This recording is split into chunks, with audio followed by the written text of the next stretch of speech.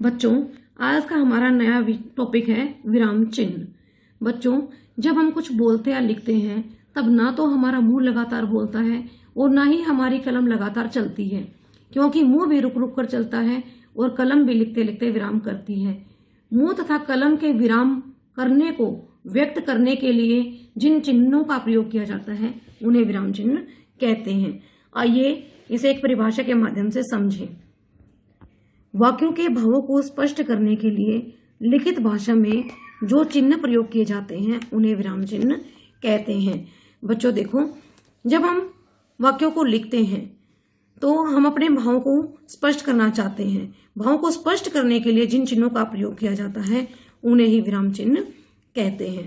आइए हिंदी भाषा में प्रयोग किए जाने वाले कुछ विराम चिन्हों के बारे में जानें। बच्चों, यहाँ मैंने विराम चिन्हों के नाम के साथ उनके लिए प्रयोग किए जाने वाले कुछ चिन्हों को भी लिखा है। अल्प विराम, अल्प विराम के लिए प्रयोग किए जाने वाला चिन्ह। पूर्ण विराम, पूर्ण विराम के लिए प्रयोग किया जाने वाला चिन्ह। विस्मय आदि बोधक चिन्ह, अर्धविराम चिन्ह, प्रश्नवाचक चिन्ह, योजक या विभाजक चिन्ह, निर्देशक चिन्ह, उद्धरण चिन्ह। बच्चों, उद्धरण चिन्ह दो तरह के होते हैं, दोहरे उद्धरण चिन्ह और इकहरे उद्धरण चिन्ह। अगला विवरण चिन्ह, कोष्टक, त्रुटिपूरक, संक्षेप अथवा लाघव सूचक चिन्ह। आइए इन विभिन्न विराम चिन्हों को कुछ उदाहरणों के माध्यम से विस्तृत रूप में पढ़ें। पहला, अल्प विराम। बच्चों, अल्प विराम का प्रयोग वाक्य में थोड़ी देर रुकने के लिए और अनेक वस्तुओं के नाम अलग अलग करने के लिए किया जाता है। जैसे रसोई घर में चीनी, दाल, आटा, मसाले बहुत आवश्यक हैं। बच्चों, दिए गए वाक्य में चीनी, दाल, आटा, मसाले अनेक वस्तुओं के नाम हैं जिन्हें अलग अलग करने के लिए जिस विराम चिन्ह का प्रयोग किया गया है वह है अल्प विराम। अगला वाक्य देखिए, रोको इसे मत जाने दो। देखिए बच्चों, रोको के बाद कुछ समय के लिए रुका गया। इस विराम को दिखाने के लिए अल्प विराम चिन्ह का प्रयोग किया गया। दूसरा, पूर्ण विराम। बच्चों, पूर्ण विराम चिन्ह वाक्य के समाप्त होने पर लगाया जाता है। जैसे बच्चे बाहर खेल रहे हैं पर वाक्य पूर्ण हुआ और इसके अंत में लगाए जाने वाले चिन्ह को पूर्ण विराम कहते हैं। दूसरा देखिए, सुबह जल्दी उठा करो के बाद वाक्य पूरा और इसके बाद लगाए जाने वाला चिन्ह पूर्ण विराम। तीसरा, विस्मय आदि बोधक चिन्ह। बच्चों, विस्मय आदि बोधक चिन्ह के साथ ही विस्मय आदि बोधक शब्द का भी प्रयोग किया जाता है और इनका प्रयोग आश्चर्य, घृणा, प्रसन्नता, दुख आदि मनोभावों को प्रकट करने के लिए किया जाता है। आइए उदाहरण के माध्यम से समझें। जैसे, वाह क्या सुंदर चित्र है। बच्चों, इस वाक्य में चित्र की सुंदरता को वाह शब्द से प्रकट किया गया है और वाह एक विस्मय आदि बोधक शब्द है। इसके साथ विस्मय आदि बोधक चिन्ह का प्रयोग करके वाक्य में चित्र की सुंदरता को बताया है। दूसरा, ओह यह तो बुरी तरह जख्मी हो गया। बच्चों, इस वाक्य में किसी के जख्मी होने पर दुख प्रकट किया गया है और दुख प्रकट करने वाला शब्द ओह है और इसी के साथ विस्मय आदि बोधक चिन्ह का भी प्रयोग किया गया है। अगला, अर्धविराम। अर्धविराम चिन्ह का प्रयोग अल्प विराम से अधिक समय तक रुकने के लिए किया जाता है। बच्चों, अर्धविराम का प्रयोग वाक्य में ऐसे स्थान पर किया जाता है जहां ना तो बहुत कम समय के लिए रुका जाता है और ना ही पूर्ण रूप से रुका जाता है। जैसे, जो आज मित्र हैं कल वह शत्रु हो सकता है। जो आज मित्र है, इसके बाद ना तो यहाँ पर बहुत कम समय के लिए रुका गया है और ना ही पूर्ण रूप से रुका गया है, इसलिए यहाँ पर अर्धविराम चिन्ह का प्रयोग किया गया है। अगला है प्रश्नवाचक चिन्ह। प्रश्नवाचक चिन्ह का प्रयोग बच्चों प्रश्नवाचक वाक्य के अंत में किया जाता है। जैसे, संजय कहाँ गया था।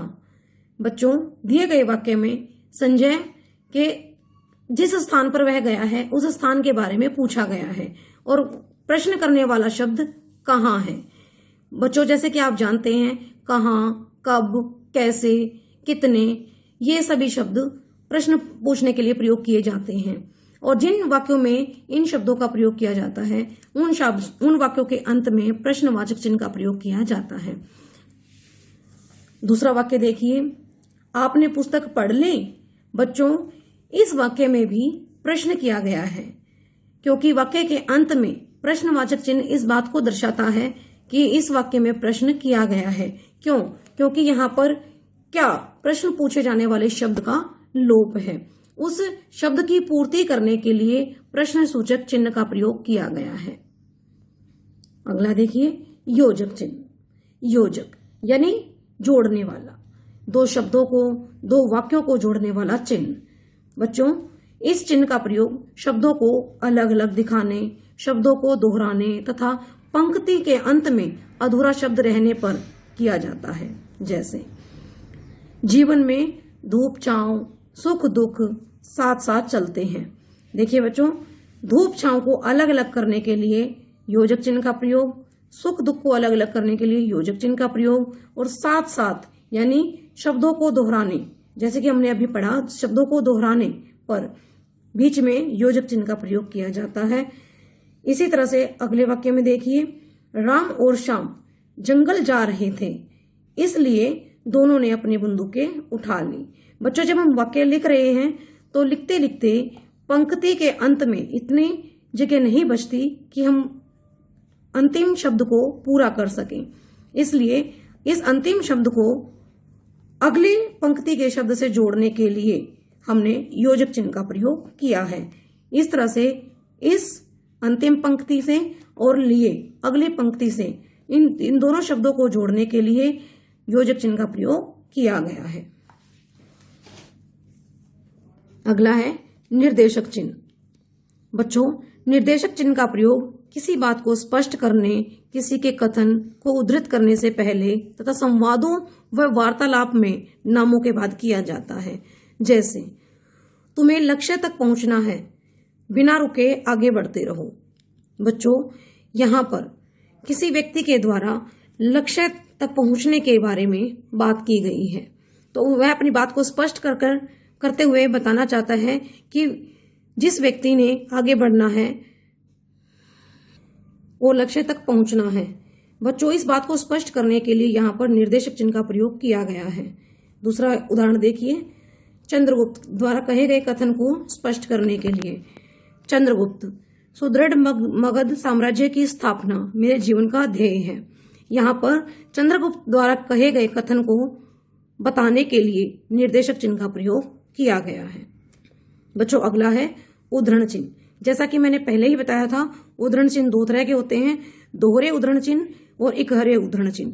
आइए पहले हम दोहरे उद्धरण चिन्हों को देखें। किसी के द्वारा कहे गए कथन या किसी महापुरुष की वाणी को उद्धृत करने के लिए जिन चिन्हों का प्रयोग किया जाता है उन्हें दोहरे उद्धरण चिन्ह कहते हैं। उदाहरण के माध्यम से समझते हैं। जैसे अध्यापक ने कहा, कक्षा में व्याकरण की पुस्तक लाना अनिवार्य है। बच्चों यह कथन सीधे अध्यापक के द्वारा नहीं कहा गया, बल्कि किसी अन्य व्यक्ति के द्वारा अध्यापक द्वारा कहे गए कथन को बताया गया है। अतः अध्यापक के कहे गए कथन को बिना किसी बदलाव के कहने के लिए दोहरे उद्धरण चिन्हों का प्रयोग किया गया है। अगला है इकहरे उद्धरण चिन्ह।